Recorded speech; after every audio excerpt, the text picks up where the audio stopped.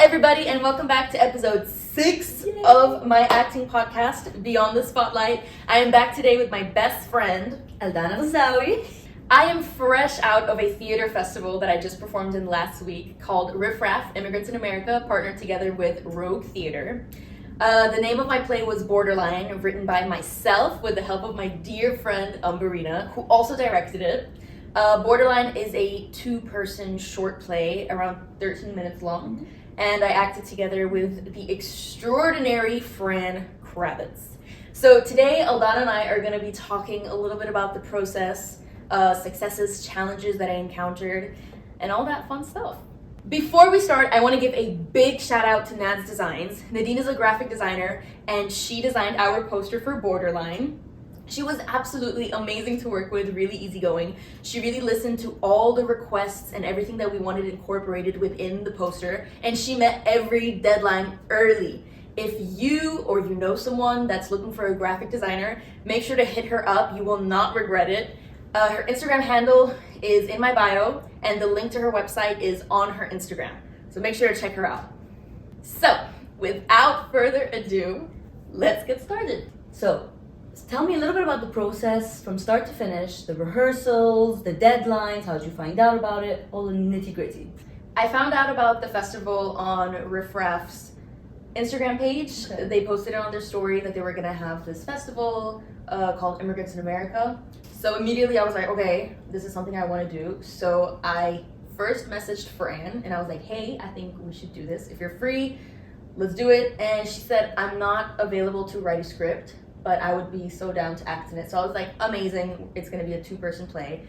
So the deadline to submit was 29th of September. Okay. So we basically had like 20 days, right, from when I contacted Umberina to the deadline where we wrote the whole script, the first script, because the script changed so many times. So we wrote the script, submitted it on the 29th of September, and then around October 14th is when we received the email that we were accepted.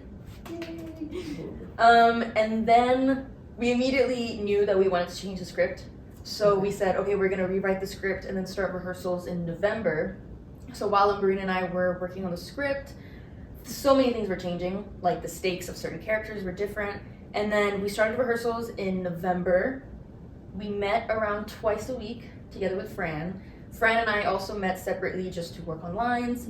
And then December 7th was our show day. We had a 3 p.m. show and a 7 p.m. show, which Aldana watched both of them. Amazing. So, yeah, that was pretty much the process, like 2.5 months. You mentioned that as soon as you saw the concept and it was Immigrants in America that you knew you wanted to do it. Yeah. Why? I think it was just one of those things where it's like, I saw an opportunity and I took it because I am an immigrant in America. Okay, making sense. And I do like writing stuff. So I was like, this is a great opportunity to just write a short script and kind of just get some exposure. And yeah. Cool. Yeah. How did you come up with the idea / plot of the script? Ooh. Okay, so the idea and the plot of the script, we pretty much came up with that on the spot in a way. Like, it wasn't something that I had in my mind, like, this is a story I want to write, this is something that's really interesting to me. It was more convenient. So because the festival is Immigrants in America, the play had to be about immigration or immigrants, and there had to be a moral to the story. Okay. So immediately we started thinking, we were like, okay, we need to make a short play, max 15 minutes, and there has to be a moral to the story, and there has to be some type of immigrants incorporated into it. So immediately, like, first I was talking with Fran, talking about, okay, what's our relationship gonna be? Is it mother-daughter? Are we auntie and niece? Is it like family friends? And everything was like, yeah, boring. 2 people that just met in a jail cell after a protest. Now that was interesting. That was. What's the protest about? Immigration. So we just kind of like started like writing a little storyline, and then it just started to kind of come together. And then because we did constantly change the script, like my character Alex, her stakes and everything completely changed. At first she was an immigrant from Slovenia, and then we changed it to an immigrant from Russia, because the stakes just made more sense. It was sort of a plot twist watching that. plot twist. Yeah. It kept sort of building up, and then when I Unraveling. and then when I sort of understood, Mm-hmm. I guess, the stakes of your character, Mhm. it just changed the whole dynamic of Yeah. why you were in that jail cell and Mhm. explained your situation. Mhm. It was beautiful. So that's basically where the plot and the idea came from. Okay. We just kind of made it up on the spot to fit the criteria for the festival. Impressive, I might say. Thank you.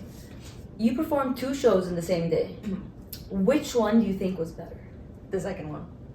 For me, 100% the second show was better because during the first show, usually any show that you do, the first show is usually a little bumpy because it's the first time you're doing it in front of a live audience.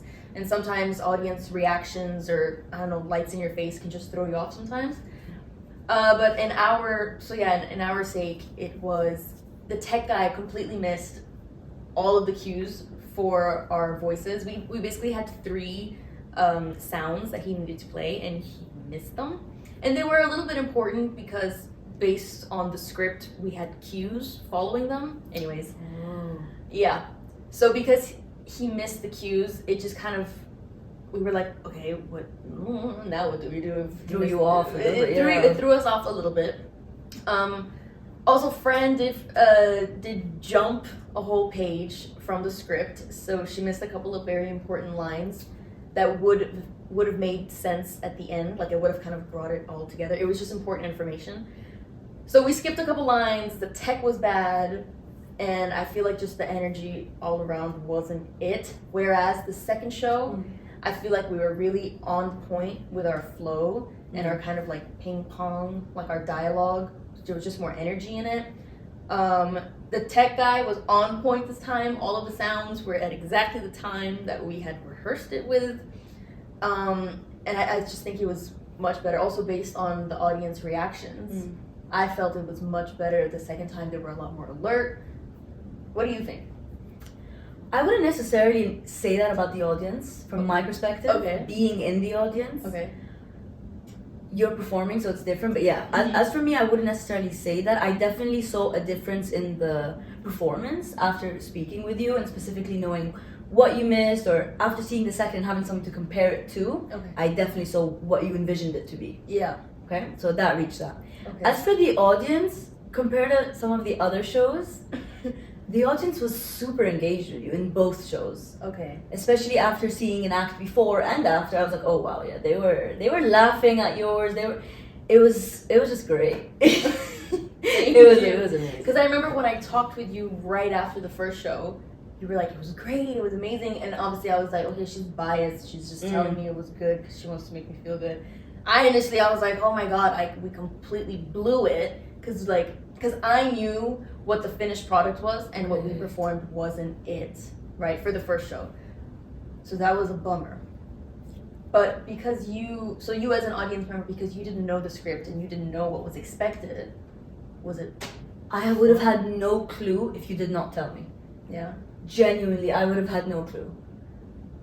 It just didn't show. It didn't show. I understand, because as you wrote it, Yeah. you directed it with Umbrina. With Umbrina. So you wrote it. You directed it with Umbrina. Mm-hmm.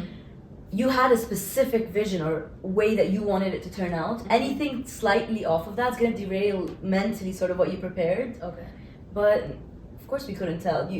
It was great, but I did see an improvement in the second one. Okay. I definitely saw an improvement. That's good. That's important for but me. yes, there was an improvement. But I mean, that's just live theater. You know, you can't always have the same show over and over again, and that's what sucks because I had a friend that came to watch the first show, and I really wish that she would have also watched the second show. But then I also had friends that came for the second show, and I was really happy that they were there for that show. So yeah, you wore a lot of hats doing this play, and you need to give yourself pat on the back. Yeah, please. Thank you. I appreciate that. Of course. Musicians can hear the music when they read a score. Do you visualize how the script will be performed when you read it? Yes, I do. So because the script wasn't something that was already written and kind of published, and it was like my first time reading it, so I wrote it, so I knew exactly what I wanted to convey, the message I wanted to send with the certain characters. I knew how they wanted to act it out. I knew exactly like the type of personalities I wanted. That's why I wanted Fran Kravitz to play the role of Barbara, because she did it perfectly. She really did. She was great. Oh my gosh, she knocked it out of the park. So I knew exactly what I wanted while writing the script, right? Even though we were writing from scratch, I still knew that I wanted it to be comedic and I wanted it to have a moral to the story. Those were my two main things. It had meaning. It had Yeah. life lessons in it. So yeah, every time we would kind of like have, okay, this is one version of the script, and I would read the script. I would read it while envisioning what it would be like performed on stage. So as I'm reading it, I'm seeing like, okay, this is where this person would walk here or walk there, or this is where they get up and then sit back down. They'd raise their voices on this part. Like, I can just envision all of that while I read the script. And I do the same when I read, like if I were to just get like a play or a script, I do it even when I'm reading it the first time with stage directions too. I mean, that helps. Okay. But yes, I do. You do have to. I do envision the play in front of me when I read the script. That's cool. I find that really cool. Ooh, I like this. So, did the reactions from the audience members ever throw you off / cause you to break character? No. In this show, in both of the shows, no. There were times when I had to kind of alter my pauses and just kind of make them a bit longer or shorter. Because when we rehearse the play, right, we kind of have ideas of like, okay, there's gonna be a pause here, and there's gonna be a pause here. Here we're gonna be like talking back and forth, ping pong, and this and that. But when you do it in front of a live audience, then you don't know when they're gonna be laughing, you don't know when they're gonna be clapping or making like other noises. So sometimes you just have to like wait until it like calms down again, and then you continue. And it has a lot to do with good timing. Because some people, they either then take a pause too long or then too short, so then they'll start talking, but you can't actually hear what they're saying because there's people still laughing or clapping. I did notice that. It was my first time at a film festival, and it was my first time at a film theater. Theater festival. It was my first time at a theater festival.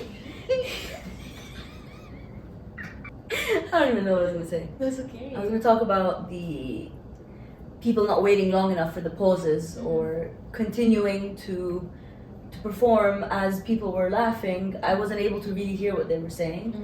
And your timings were actually great. And I do feel like the pauses in the second show was a little bit longer than the first one. Okay. Because of the audience, maybe? Yeah. It can affect like how long our pauses are. Or actually one of the pauses was much longer simply because I won't say who, but one of us forgot a line. So we were both just waiting for the line to be said. Anyways, but yes, it has happened before that audience would like throw me off or like cause me to break character. Okay. It happened once while I was on stage, and I don't know what it was. I just could not stop laughing, and I simply just made it part of the character. I was like, look, I can't. Like, I was so deep in this laughter, like my whole body was just completely possessed by laughter. I could not do anything about it. So I was like, this is just simply how my character is going to deliver this line, is going to be laughing. And you just make it work, right? Because what else are you going to do about it? But in this specific play, no, they didn't. Okay, that's good. Yeah, that's good. How do you deal when your partner forgets their line? Is it frustrating? Ooh, so yes and no. You always have to remember that it is live theater, and you have to be prepared for anything and everything in live theater. You have to be prepared for if your partner misses their line, if they miss a cue, if the lights or the sound, like the tech is messed up. You just have to be prepared for everything. You know how they say the show must go on? Oh, quite literally. The show must go on. So I think in the first show, when we kind of missed like a whole page of the dialogue, in the moment, it was a little frustrating because I was like, okay, we only have 2 tries. We only have 2 tries at this show, and we already fumbled it up, and we haven't even finished. Like, it's literally the beginning of the play. It was in the beginning? The first minute, like the first 2 minutes of the play, we missed a whole page. So it is frustrating, but also it's like you can't really do anything about it. You just have to keep going. I talk a lot about trust in acting, and that's one of the things is like Fran and I had a lot of trust in each other, that even if I were to miss a line, she'd pick it up, or she'd know how to improvise in a way to get me back on track, and vice versa. So yeah. Have you encountered certain people that you maybe didn't have as much trust while performing? Yes. Yes? Yes. And that has a lot, for me, that has a lot to do with how they act in rehearsals. Okay. So if they're not present in rehearsals and they're, like, as soon as they get 5 minutes off, the first thing they do is they go on their phones and they're constantly on their phones, and or just like they're not in the space, they're not really focused. It's like, then I have like that fear where I'm like if they mess up, I don't feel connected to them in a way where it's like, okay, you messed up, but I know exactly how to help you out, and Like they can look at you and like exactly, figure something out together. Like I just don't feel connected to them in that way. Okay. It's kind of like they're doing their own thing and I'm doing my own thing. But that's not what acting is. It's like a joint thing. You have to work off of each other. And I didn't realize just how much trust went into that. Exactly. That's a lot, and specifically live theater. Like Yeah. you No, were it's you insane. were right there in front of all of us looking, Yeah. and you just it's crazy. You know, it doesn't even bother me because I can't even see the audience. Thank God. The lights are so strong in my face that if I were to look out, I just see like black. Really? I don't even see I saw you because you were in the front, but otherwise I don't see the audience. You like that or dislike that? I like that. You like that? I like that. Okay. You Yeah. just hear the laughs and the noise. Exactly. That's fun. Exactly. That's cool. So yeah. Did you make any mistakes as a co-director / writer before, during, or after the shows? Yes, I did. Yes, I did. Why you say it like that? So, I don't know, because I made a mistake. Learning curve. Learning curve. Learning exactly. curve. It's a learning Let's curve. hear them. Learning curves. So, after the first show, so just a little bit of a context here. Actors never, ever, ever are allowed to comment on another actor's work, right? So if they're, I don't know, doing a film together or a theater play together, actors can never say, oh, I liked how you did it like that, do it again. Or actually, don't do it like that, do it like this. Never. The only person that's allowed to do that is the director. Oh, really? Yes. Yes. Okay. Because who are you to judge how you act something? No You know one. what I mean? Exactly. That's for the director to Okay. decide. But actors to each other, never. Okay. Respect. So, because I was wearing so many hats, right? I was writer, co-director, and actor. It was just sometimes a little difficult of like, okay, how do I kind of, in a way, put my foot down? Because right now I'm not an actor, but I'm the writer and I'm the co-director. So I guess there were just a couple times where I got muddled up. And after the first show, I did, in a way, I told my partner, I was like, okay, we did great, but we also fucked up. And that cannot happen in the next round. Like, we practiced it so many times, we have to get it right. We messed this up, you missed this, we missed that. So we just have to do it better. And I think in a way it was my delivery and my tone. Okay. I had a lot of adrenaline running through me. So I was just like, okay, like we need to do it perfectly the next time. We need to fix this, we need to fix that, we need to fix that. So I think if I should have just said it differently. Or I should have given it a second, right? I shouldn't have done it like right after the show. Like right after our performance. There were still shows going on. Give it a minute. Just give it a minute, right? Let it sink in what had just happened, how we performed it, and then have just like sit down and be like, okay, this is what we're gonna do next. But I think right after a performance, just like going at it, it's like at that point, I should have just been happy that we did good. We had an applaud at the end of our performance, and that's what was important, right? But instead, I just immediately, I completely brushed past that, and I went straight to, this is what we need to do, and we have to do it perfectly the next time. You went into like director. I went into like director mode and just. How do you think you're gonna be able to differentiate, or not maybe differentiate, but how do you think you're gonna want to handle it next time when you are playing different roles as well? Different roles when I'm also the Like writer, director, and acting in something. Mm-hmm. How will you know when to really, like, that can get jumbled. Mm-hmm. So in the future, Yeah. how would you like to improve on that? Or how would you better handle? Mm-hmm. I think it just takes practice. Okay. You know, I'm not new to acting, but I am new to directing Okay.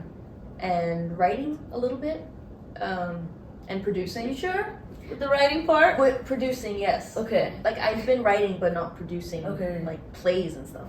So that's all new to me. So I think it's just a matter of a lot of times grounding myself, Mhm. like not speaking right when a situation occurs, but giving it a second, taking it in, analyze the situation, and then speak. It's great that you already made these Realizations. so you are able to fix it the next time. Yeah. It's something that I definitely want to work on because I do want to be a good writer, director, and actor. So yeah, All in one. all in one.